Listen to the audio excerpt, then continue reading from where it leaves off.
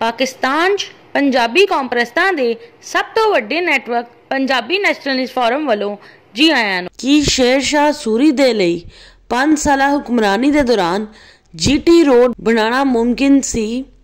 पिशावर तो लैके दिल्ली तक एक रोड है, इस नूं GT रोड कहा जाता है। लेकिन पाकिस्तान दे पंजाब च वाक़िया GT रोड दे हिस्से की अहमियत यह है कि पाकिस्तान दी आर्मी इस्टैबलिशमेंट की अक्सरीयत का ताल्लुक GT रोड तो है। पाकिस्तान दे सिविल ब्यूरोक्रेसी की अक्सरीयत का ताल्लुक GT रोड तो है। पाकिस्तान दे इंडस्ट्रीयलिस्ट की अक्सरीयत का ताल्लुक GT रोड तो है। पाकिस्तान की बिजनेस कम्यूनिटी की अक्सरीयत का ताल्लुक GT रोड तो है। बैरूने मुल्क रहने वाले पाकिस्तानियों की अक्सरीयत का ताल्लुक GT रोड तो है। पाकिस्तान च सब तो ज़्यादा शहरी आबादी GT रोड दी है। पाकिस्तान च सब तो ज़्यादा गुंजान आबादी GT रोड दी है।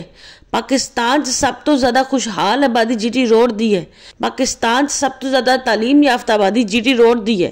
पाकिस्तान की कौमी असैम्बली की 272 नशिस्तां विचों 100 नशिस्तां GT रोड दियां ने, जबकि पाकिस्तान की वफाकी हुकूमत बनाने के लिए 137 नशिस्तां दरकार होंदियां ने।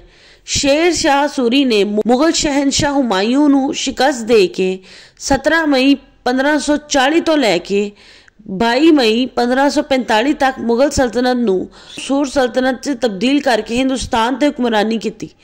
कहा जाता है कि शेर शाह सूरी ने GT रोड बनाया सी।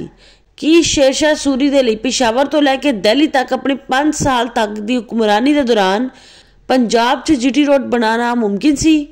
यह GT रोड शेर शाह सूरी की हुक्मरानी ते 2000 साल पहले तो बनया होया सी, जबकि इस रोड नूं GT road grand trunk road का नाम अंग्रेज़ों ने अपनी हुक्मरानी के दौरान दिता सी। शेर शाह सूरी ने अपनी 5 साल तक की हुक्मरानी के दौरान पंजाब च GT रोड बनाया नहीं सी, बल्कि GT रोड ते अफगानी आबाद करना शुरू किते सी।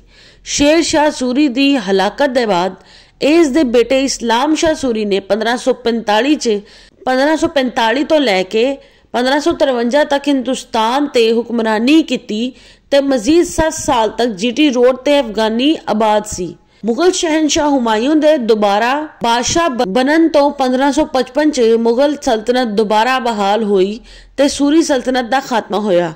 सूरी सल्तनत 15 साल तक कायम रही ते सूरी सल्तनत दे 7 सुल्तान फाइज रहे। जमहूरी ने GT रोड ते अफगानी आबाद करन दा सिलसिला जारी रखिया।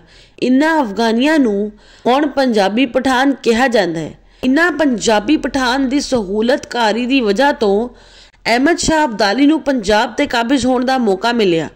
इन्हां पंजाबी पठाना की सहूलतकारी की वजह तो इमरान खान न्याजी नूं पंजाब ते काबिज होने का मौका मिलिया। इन्हां पंजाबी पठाना की सहूलतकारी की वजह तो अफगानिस्तान तो आने वाले अफगानियां नूं पंजाब ते काबिज होने का मौका मिल रहा है।